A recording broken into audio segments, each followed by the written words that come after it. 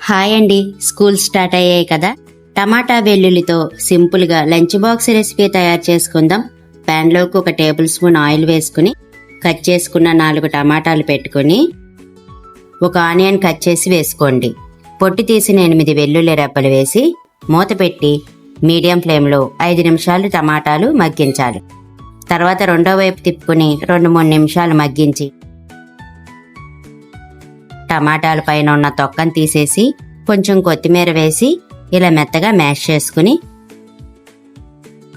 టేస్ట్కి తగినంత సాల్ట్ వేసుకుని 1 స్పూన్ కారం, 1/2 స్పూన్ ధనియాల పొడి, 1/2 స్పూన్ పసుపు వేసుకుని 1/2 స్పూన్ గరం మసాలా వేసి ఒకసారి మిక్స్ చేసుకుని 1 నిమిషం పాటు మసాలాలన్నీ ఫ్రై చేసుకోవాలి. తర్వాత ఉడికించిన రైస్ వేసుకుని అంతా మిక్స్ చేసుకుని చివరగా అరచక్క నిమ్మరసం పిండుకుని కొంచెం కొత్తిమీర వేసుకుని కలుపుకుంటే simple and tasty tomato garlic rice ready అయ్యింది.